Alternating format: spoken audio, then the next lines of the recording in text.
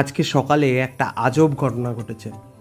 মা বলল, মা নাকি কলপাড়ে বাসন ধুচ্ছিল, আর তখন যে গাবলাটার মধ্যে জল ভরে আমাদের হ্যান্ডপাম্প থেকে, তো সেই জলটার মধ্যে সোনালি কালারের ছোট ছোট কী সব দানা দেখেছি। তো আমাকে ডেকে নিয়ে আসলো, আমিও একটু হ্যান্ডপাম্প পাম্প করে দেখলাম যে হ্যাঁ, জলের মধ্যে থেকে সোনালি রঙের দানা উঠছে। আমি প্রথমে ভেবেছিলাম ওগুলো আয়রন, কিন্তু আমি ভালো করে দেখলাম তো ওগুলো আয়রন মনে হচ্ছিল না, একদম সোনালি কালারের চকচকে ছিল। তো এবার ভাবলাম যদি সোনা হয় তাহলে তো একদম কপাল ঘুরে গেল। মানে যেহেতু হ্যান্ডপাম্পের জল মাটির তলা থেকে ওঠে, তো সোনা হওয়াটাও অস্বাভাবিক না, হতেই পারে, কারণ সোনা তো মাটির তলাই থাকে।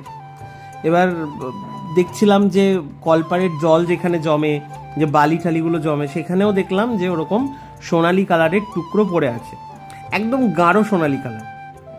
তো আমরা তো এইসব বিষয়ে অভিজ্ঞ না, তো কৌতূহল হলো এটা কি। তো আমি একটা স্বর্ণা নিয়ে আসলাম, তো কারণ তুলে দেখতে হবে তো এগুলো কী। তো আমি ঘর থেকে স্বর্ণা নিয়ে আসলাম, স্বর্ণা নিয়ে এসে ভালো করে ওগুলো তোলার চেষ্টা করলাম। আমি শুনেছি সোনা নাকি মাটিতে মানে জলে ভাসে না, তো এগুলো ভাসছিল না। তো যাই হোক, আমি তুলে নিয়ে ভালো করে শোকা দিয়ে দেখলাম যে রং পরিবর্তন হয় কিনা, কিন্তু না, ওটা একদম পুরো সোনালি কালারই থাকছে, কোনো পরিবর্তন হচ্ছে না। তো আমি শুনেছি সোনা নাকি পোড়ালে বোঝা যায় যে এটা আসল সোনা কিনা। তো আমি একটুখানি টুকরো সামান্য তুলে নিয়ে টেস্ট করার জন্য নিয়ে গেলাম রুমে নিয়ে গিয়ে ওটাকে আগুনে দেবো ভাবলাম।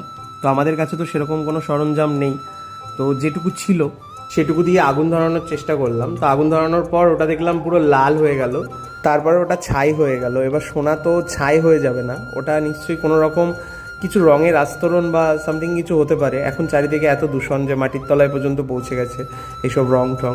যাই হোক, তোমরা বলো এটা কি মনে হচ্ছে।